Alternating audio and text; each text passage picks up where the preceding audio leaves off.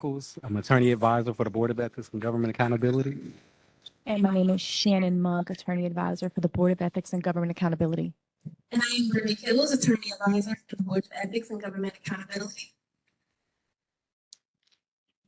Yes, so thank you all for coming back after lunch. We're really excited today to present widely attended gathering. So today we're going to talk a little bit about what is a widely attended gathering, or WAG. We're going to talk about the prohibitions of gifts, as well as sources. Let's talk about why WAG. So we'll take any questions.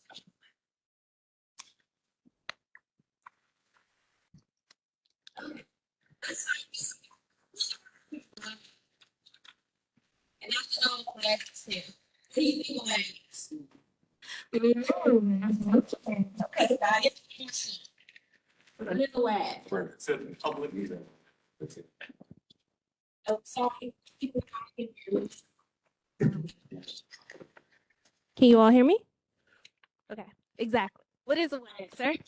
It's a public event or event that is open to the public.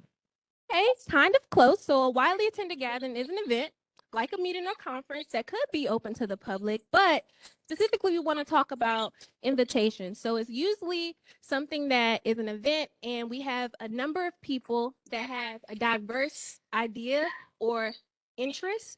Typically, if you think about an industry, they may have like environmental conference or something like that, depending on your agency. It's usually something that is specific to a certain industry. Okay, so it's an opportunity to share ideas and perspectives. These things include conferences, seminars, events with educational components. We also have receptions, galas, and other social events. Things that might not be included in the WAGs, definitely sports events, plays, operas, concerts, activities that don't encourage sharing ideas. So you wouldn't go to a Nats game and say, hey, can I please get authority to go to this Nats game because it's a WAGs? That wouldn't fit here. Maybe under a different category. Next slide, please. Does anyone have any questions so far? Yes, sir. I see you. No, it's okay. Work at the Arts Commission. So Sure. our business. I'll bring the mic because we have people online as well.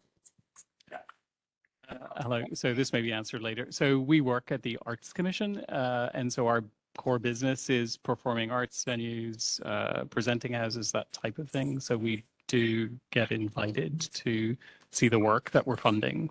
I think so. So my question, I guess, is when I see on the previous slide, it listed. I don't think the word was ineligible, but not included was plays and that type of thing. So. Okay, so I understand. So you're getting invited to plays. So when we think about a WAG, a gathering, think about like a professional development or something where we can share ideas and kind of brainstorm across industries. A play, well, it might be aligned with your agency and you might be able to go in different ways to support. When we talk about WAGs, we're talking about something that has a diverse interest of ideas when you're able to communicate those ideas across. At a play, you might be limited because you might have to be quiet there. Maybe. Okay. And we'll also add. Are you talking during the plays? Yes. Hi, I'm Asia Mitchell. Work at Vega. So we've answered this question. We've answered it for CAH before and kind of laid out, I think, 4 ways in which you all would be able to attend the play. You cannot attend a play if a grantee's like, thank you so much for giving me money. Here are the tickets, right? But I also understanding that there might be an interest in seeing, what it is you have funded. I think before we specifically answered the question, it was like, thank you all so much for doing this. And that was a thank you. And like accepting things of value as a thank you is specifically prohibited in our rules and also in the federal rules. But there are some ways, and they'll discuss it in here. Sometimes attending a play might fit a WAG, right? Like if there's a legitimate interest to the office in attending the play, if you are statutorily authorized to attend the plays, I'm not quite sure what your enabling statute says, but if it falls into like a category of like work duty or something like that in the statute, and a couple of other ways you could do it. I think the last time we answered, like the email was forwarded and they were explicitly saying, we're giving you these tickets to say thank you. And that is prohibited. But if you just generally say, you know, we'll set a time to go see what the grantees are doing and what has come of the grants, that I think that's legitimate interest for the agency. But again, usually when we're doing our functions at the agency, we pay for it, right? And so there's some ways to do it, but it's not a given that you can accept tickets because you give out grants for place. Right. There is a lot of nuance to it because it is a site visit of sorts. Right. You know, for example, we have a field trip grant. So we want to go and see, you know, who's in the audience, who's benefiting from it.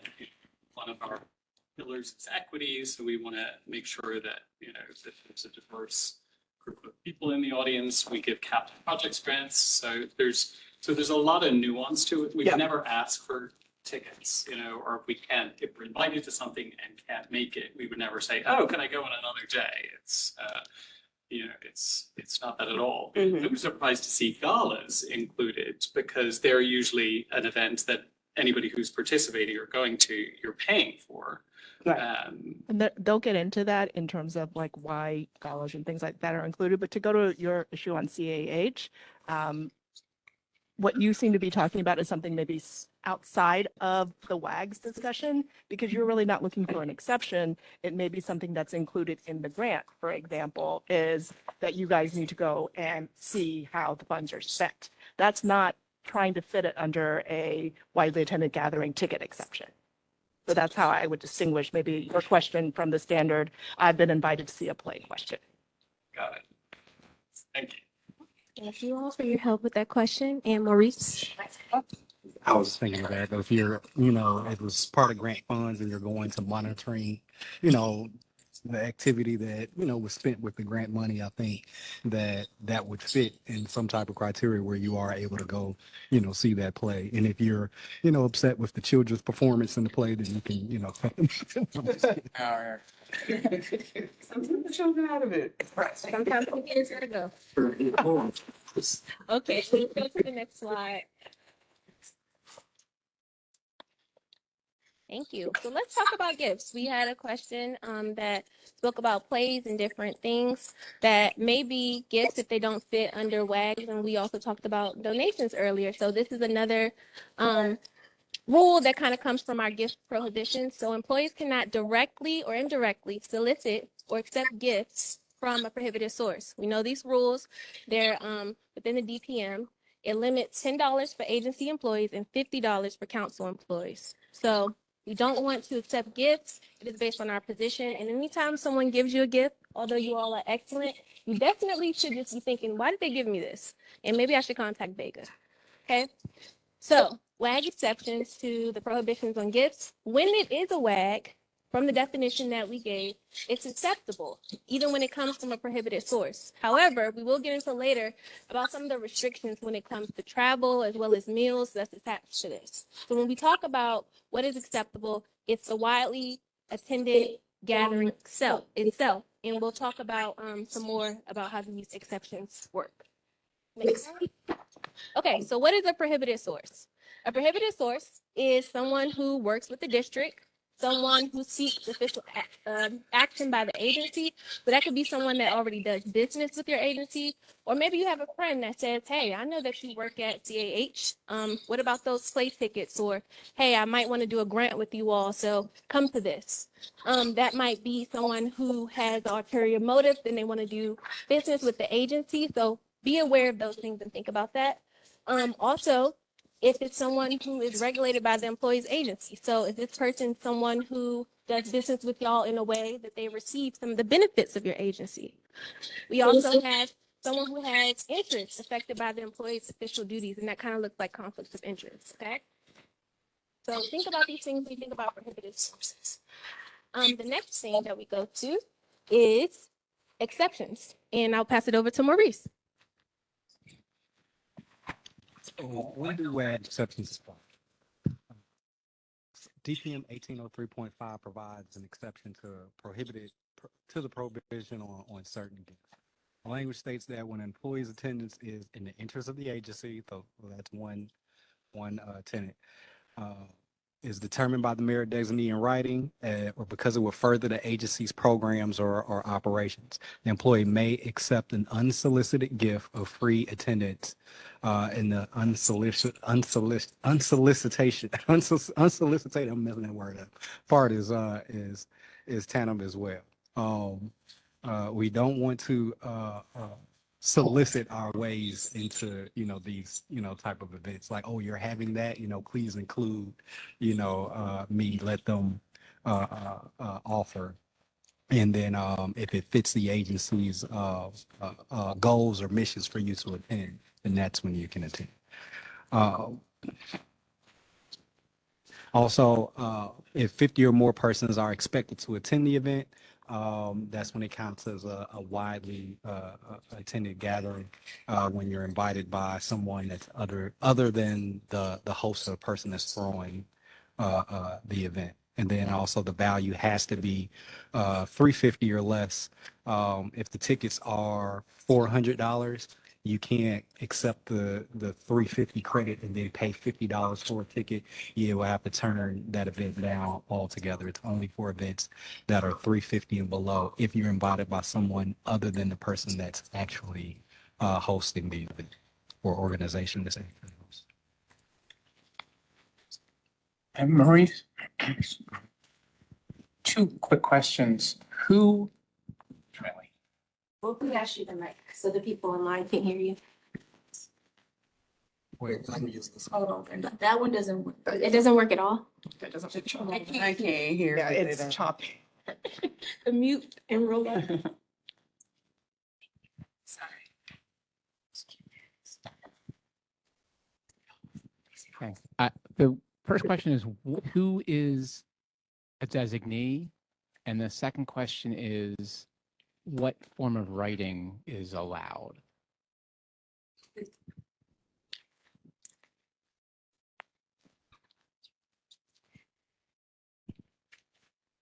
Good question. So it's the mayor's designee, and the designee in that agency is usually the agency's head. All right. And so then the agency head also needs to get permission sometimes too when they're invited themselves. And then that would be someone in the mayor's office or a mayor's delegate for the agency's head. But so if it's any other employee within the agency, then they get permission from the agency head. If it's the agency head themselves that's invited, then they get permission from mayor. And then the writing is they basically keep a record. It could be a form that just kind of fits the bill. I don't have the statute in front of me, but basically a detailed record, who invited you, where it was at, what was the reasons for, which employees went, and some justification on why they attended. And you just keep that for 2 years. Can it be an email? It could be. Yeah, you can email it to yourself or just keep it on file somewhere, but just somewhere, a record where if it's asked about later, you can present it in a form fashion that's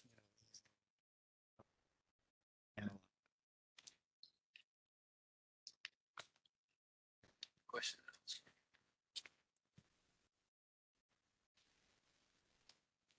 I like so excited you were. So I was wondering about the exceptions for gifts, specifically when cultural context, international visits are involved. And this is on my mind because recently over the past year, we had a visit of community leaders from South Korea. And then we had another visit of artists from Beijing. And of course, they gave us stuff and we gave them swag bags. But in the interest of diplomacy and kind of context and empathy, how do you navigate that? Pass this to Lynn and then Maurice. Maurice, do you want to answer first, or? You can go ahead and I'll pick it. So there was an earlier section when we were talking about donations where they talked about the acceptance of foreign gifts that have to go through the Mayor's Office of Legal Counsel, right? And it falls under the Foreign Gifts and Decorations Act. So you maybe don't turn it down on the spot to avoid embarrassment, right? But if it's over the threshold for acceptable foreign gifts, you have to turn it over, and then there's a whole process for how to deal with it. But in the initial instance, if it's offered to you and it would be embarrassing to decline, take it back, and then Just really quick, we get foreign delegations that come and visit us as well.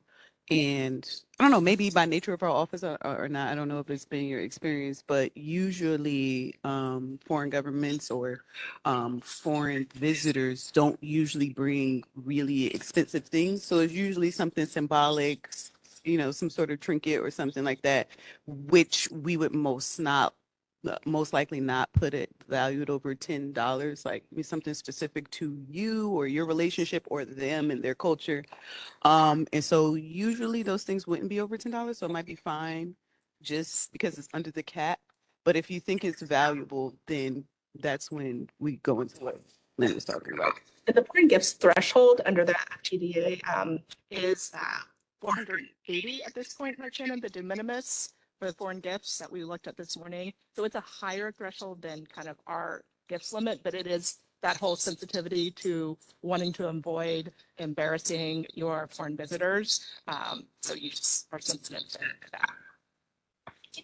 Yes, to Maurice. I was just going to say exactly that. If it's something that, would cause friction, if you were to turn it down on the spot, just go ahead and, give thank you and make note of it, the transaction, like keep a record of it, but then go to serve DC and, go through a donations process and put it, somewhere over yourself. And just to add on, we do have gift exclusions, which we do have a specific exclusion, meaning it's not considered a gift for unsolicited gifts from dignitaries, looking at the reg now, from foreign countries, nominal value. So it may fit under the gift exclusion, which would make it not a gift.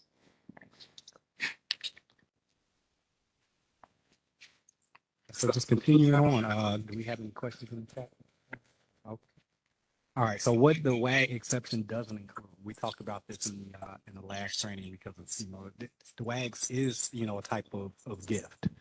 And they sometimes come, or a lot of times come from prohibited sources.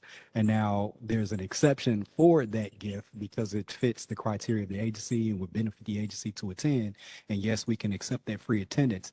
However, travel, lodging expenses, and things of that nature are excluded from the gifts rules. So we can accept that. That's not a part of the exception. Now, with that being said, Serve DC does have a mechanism for that. They will also analyze the situation as well, because like she said before in the earlier training, it has to be really looked at as agency business and not just a vacation for the employee. So just taking a second look at what's going on at the event and what the employee will be doing at the event, and I'm sure how long they will be staying and things of that nature, and then approving the donation on their behalf. But travel, lodging, food coming from a donor must go through Serve DC.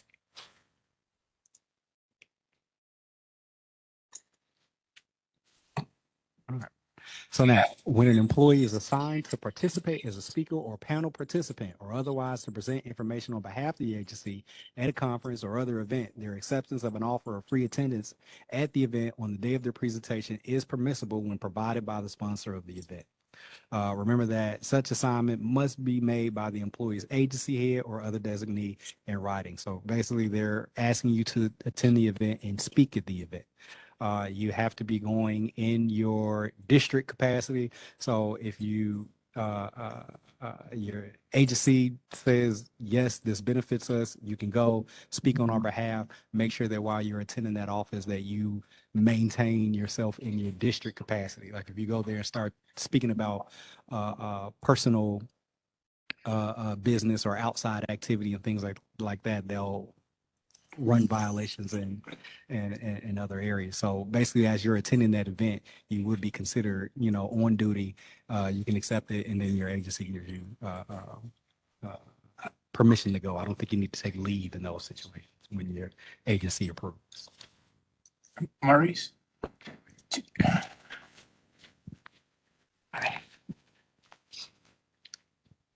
Do you also need to get a donation agreement for that?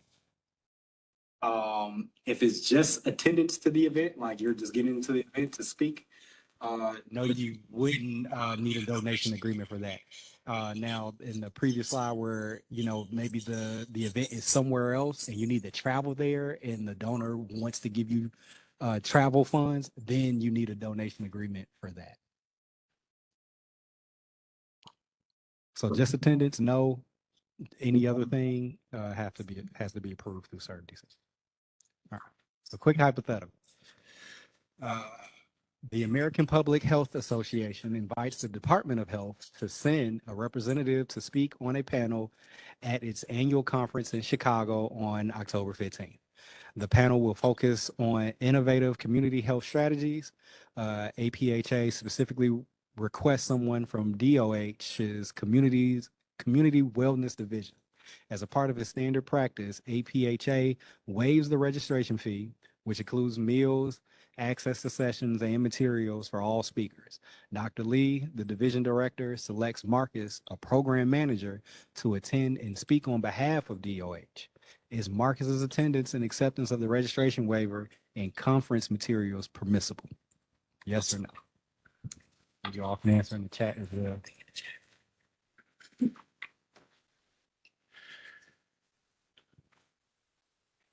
Got one person with a no. Thank you, one person.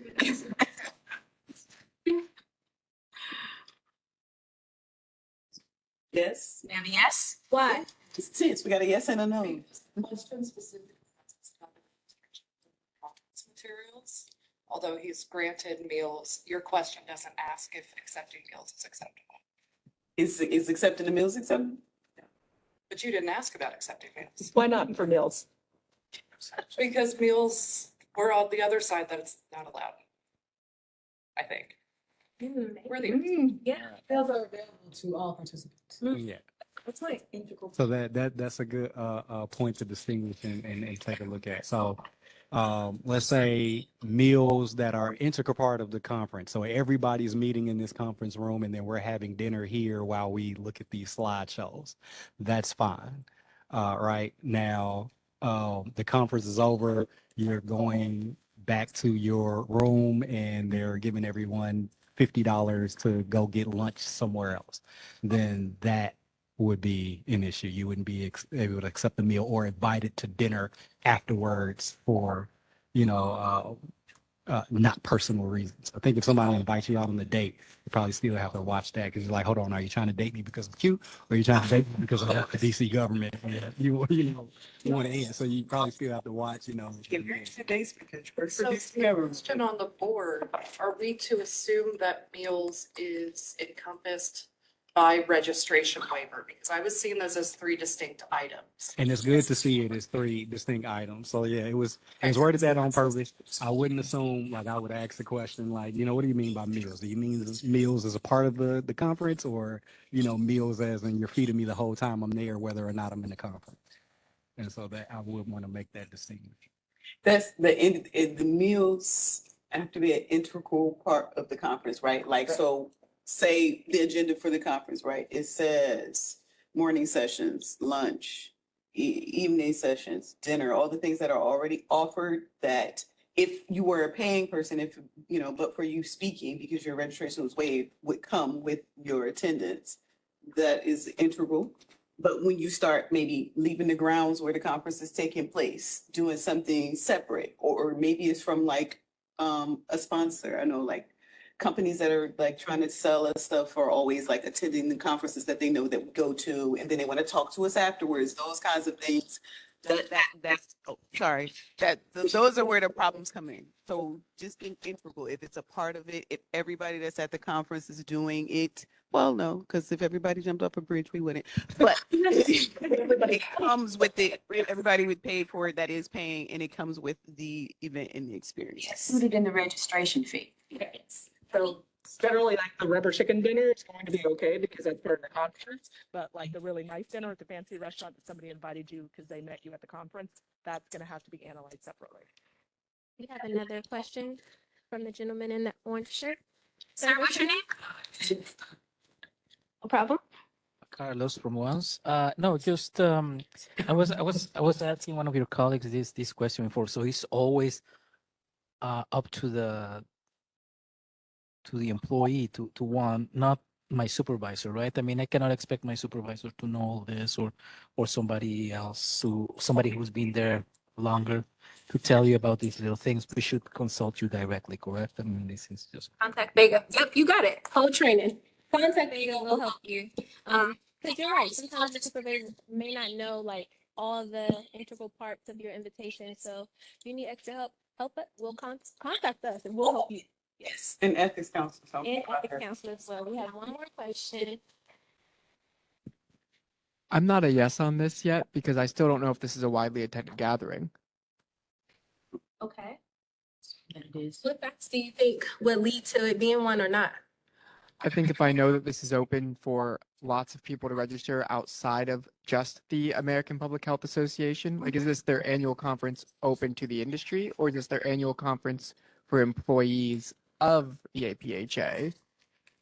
Which in my head would not make it a widely attended, because that would be an internal that they're inviting someone to speak at. Even if they make their employees pay, that's still fine. But I don't know who's attending yet. That's something good to consider. Where's this invitation coming from? So you're thinking like the ethics counselor that you are. That's great. Any other questions before we pass it back? CHA? Okay. We love that. We love that you all are thinking about it.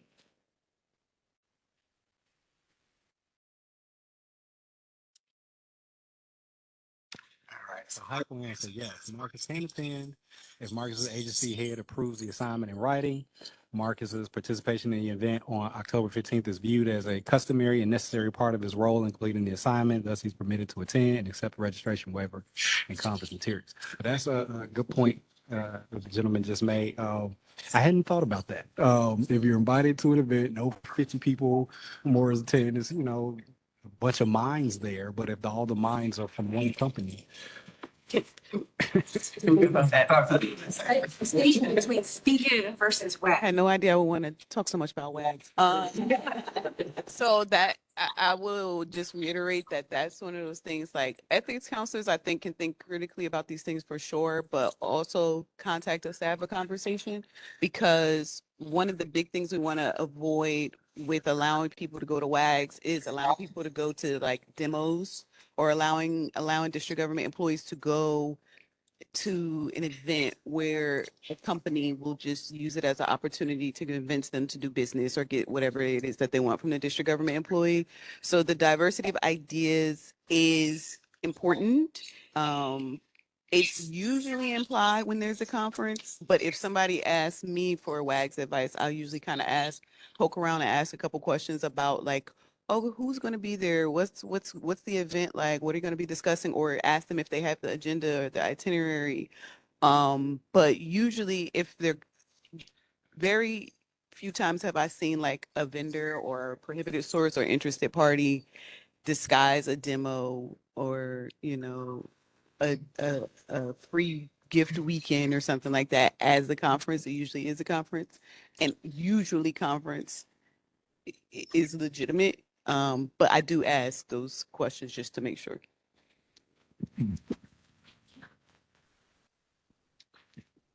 so yeah, that was a good question to ask. Yeah, I guess the conference kind of turned into an ambush. You show up and there's only Microsoft there trying to sell you, things or something like that. So with Microsoft. We're already selling Microsoft. So keywords, conference, diverse ideas, group of people coming together to share ideas. That's what the WAG exception is for. I get this.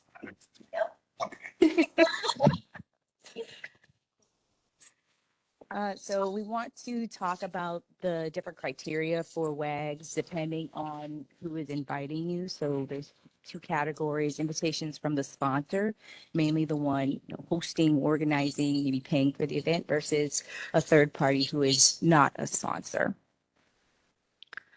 So thinking first about invitations from the sponsor of the event, the employee may accept the free attendance. And this is, you've likely heard some of this before, may accept free attendance from the sponsor of the event if it is determined by the mayor or the mayor's designee. Could be the agency head is the designee in writing, as we talked about before. That the employee's attendance is in the best interest of the agency because it will further the agency's mission or their programs or operation. Next slide. So for invitations from the third party or non-sponsor, it's the criteria I just mentioned in the previous slide plus this. So if it's coming from someone who is not the sponsor of the event, the employee may accept free attendance, unsolicited gift of free attendance, if it's expected that 50 or more people will attend the event, and the value of the attendance is $350 or less. And I think it was mentioned earlier that you cannot pay that difference. Questions on that? Non-sponsor criteria versus sponsor criteria? Anything? Nothing in the chat. Next slide. So let's get into the next hypothetical. Lieutenant Jones, a member of the Metro Police Department, MPD, was invited by the Vice President of Monumental Sports and Entertainment to attend a partnership dinner. The invitation to the dinner describes it as a night of conversation, drinks, and dinner to thank various organizations that assist with monumental sports and entertainment functions. Is Lieutenant Jones permitted to attend the partnership dinner? And the invitation is not from a sponsor. Any thoughts on whether or not the lieutenant can attend? What is the value of the dinner? Great question. Any other considerations into making a determination whether they can go? Should we get the? Someone asked, what's the value? Great question. We have a lot of no's coming from the chat. It says that the purpose is to thank them, which is a flag for me.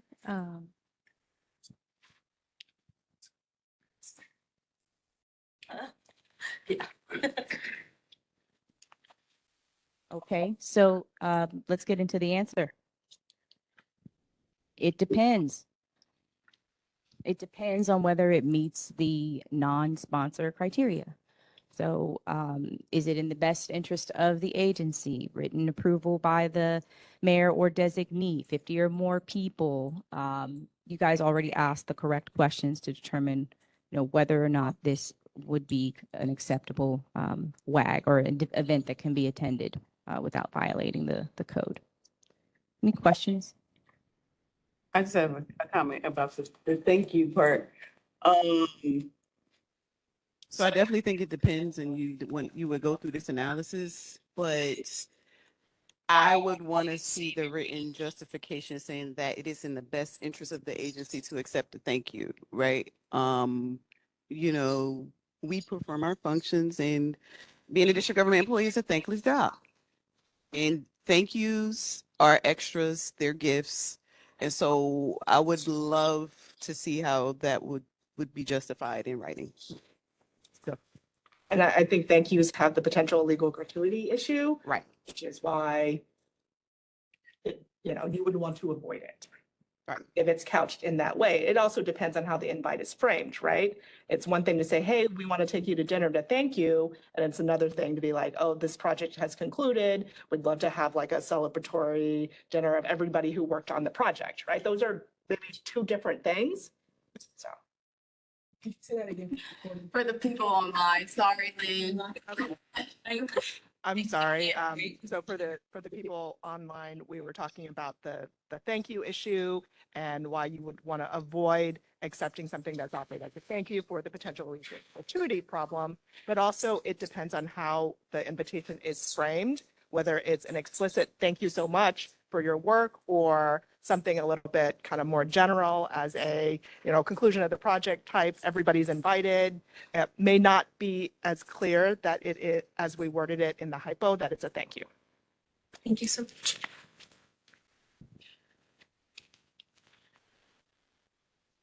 And just to reiterate Maurice's point, the justification is important. I think you said to keep a record, because if something goes south and it comes out later, as the agency head or the designee, you want to have a record of how you justify this person attending, how that, outweighed any risk of impropriety.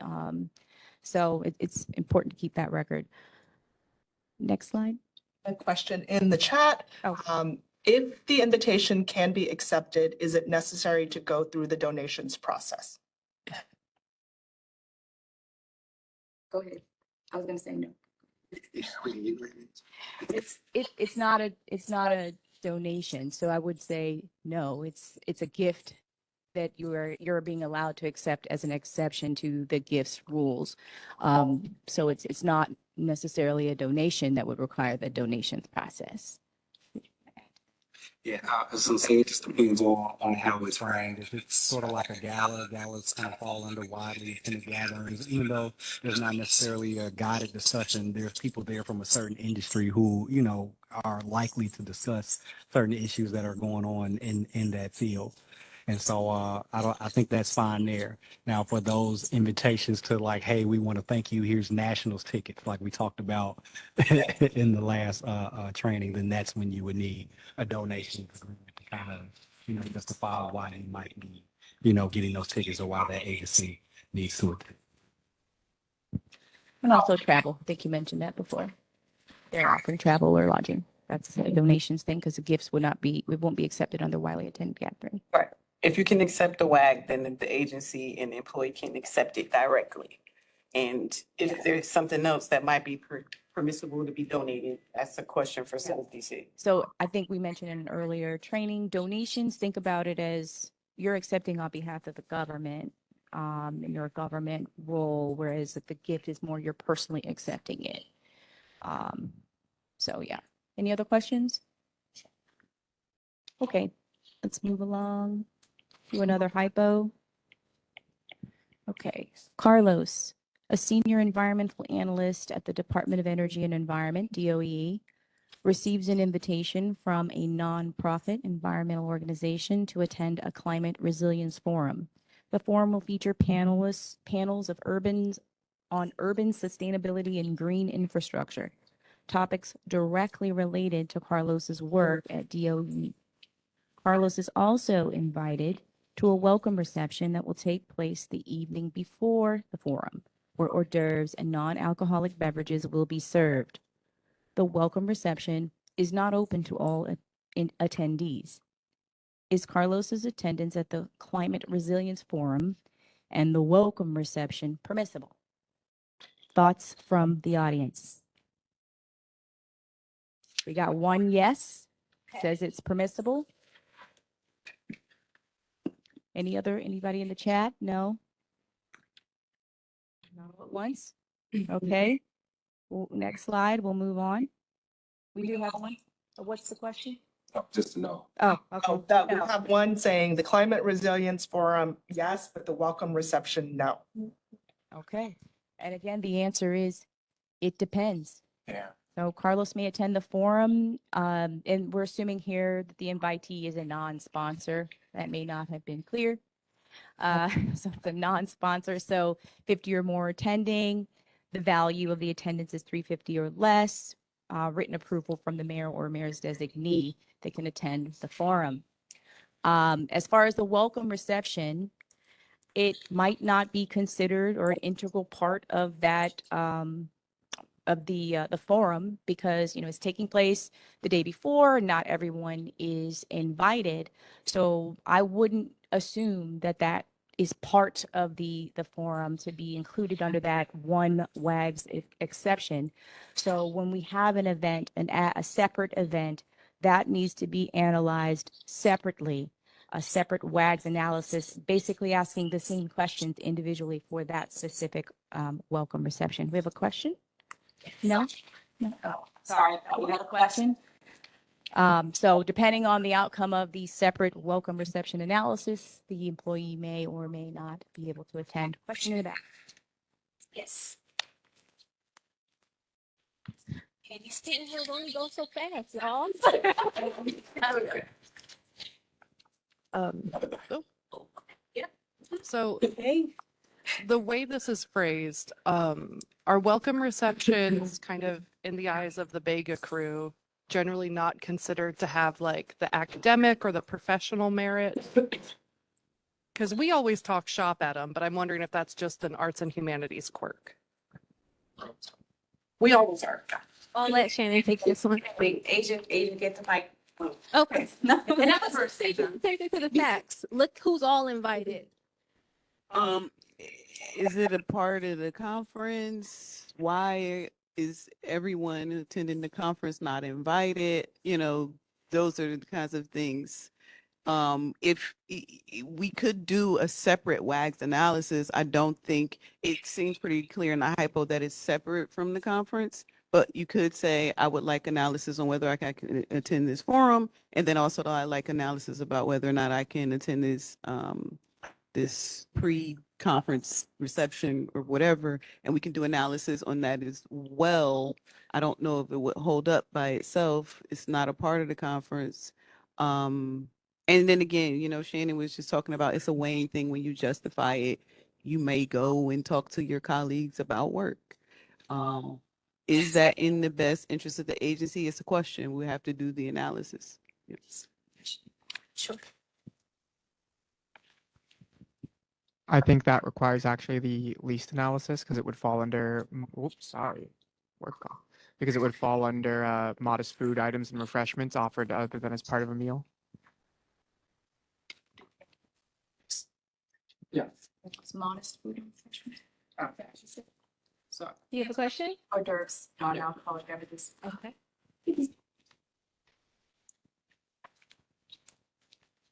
But just to answer your question about generalization on welcome reception, we don't really have we don't generalize anything. We're going to look at every single thing case by case, fact by fact. Now, you know, my own experience, yes, everyone's welcome to a welcome reception.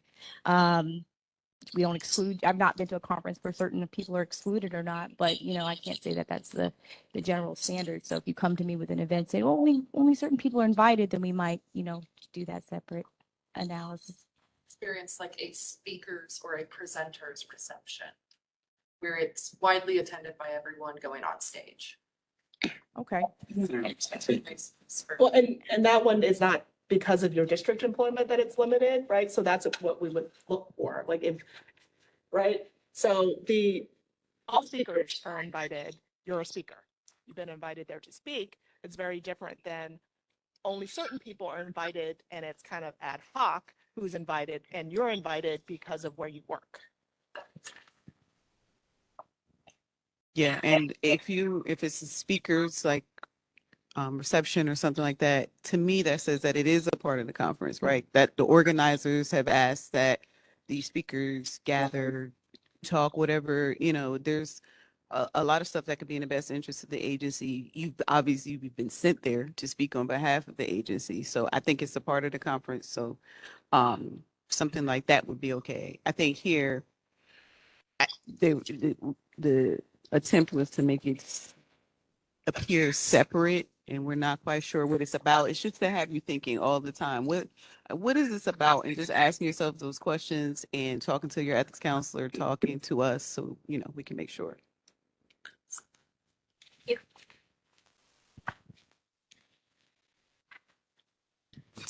Yeah, the aim is just to get you to think about everything that you're accepting or being given. We don't want people to just blindly just like, oh yeah, this seems fine.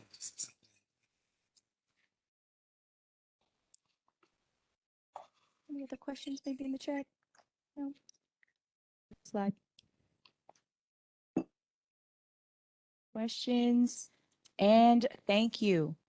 Thank you all. We are, oh no, do we have more questions?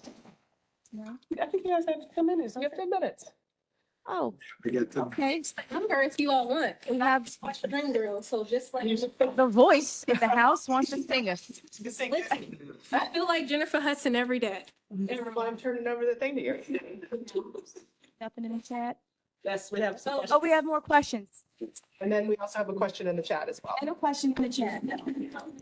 I just was wondering if you all could talk a little bit more about the galas piece, because I know it was on the list, but there wasn't much conversation around it. Is there a specific question? Well, I remember on the first slide, it was just, it's considered a WAG. So, Okay, I can right. give you a real life example. I was just talking to Asia about this earlier this week. Yes, ma'am.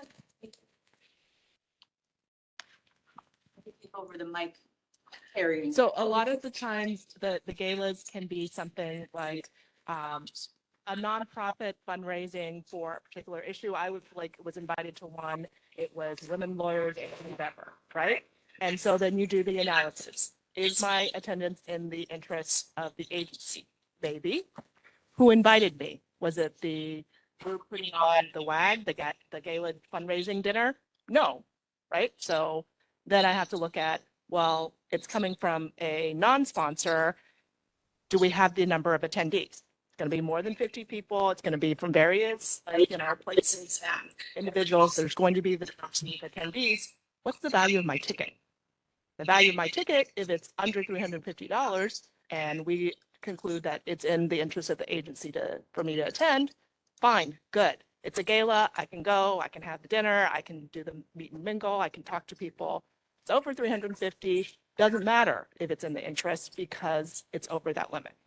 So that's kind of how the gala example kind of generally works under WAGs.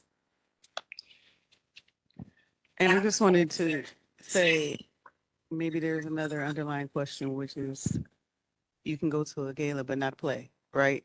And what I would say is when we're talking about the best interest of the agency, you probably could go to a play depending on what the justification is, right? Which is when we talked about it at the beginning. And if you guys want to email me afterwards, I can send you like a generic version of what I have sent out to the requester from CAH before we kind of had this conversation. But there is stuff in there, and as Lynn said, I think that because you are CAH, it might be a genuine work function to go to plays sometimes. And and then that's how you get to the point when you are then doing the WAGs analysis and doing the justification, because it's not just a given that because you do grants that you get free tickets to plays, right? And so you should still always be just thinking critically about the ethics stuff and the appearance stuff. And so I think that plays was listed as not included because for 99% of the district government, we can't get there. Why are they accepting tickets to sports events and plays, right? But maybe there's an agency that has a partnership with a sports team or Monumental Sports or something. They do important work where there is a justification for them to go to a sports game, not to enjoy themselves, like legitimate work function. So, but you can enjoy yourself a little bit. Thank you, Asia. Okay, any other questions? Asia, there's a question in the chat about filling out the survey if it's available. That's an admin question. Yeah, that's right.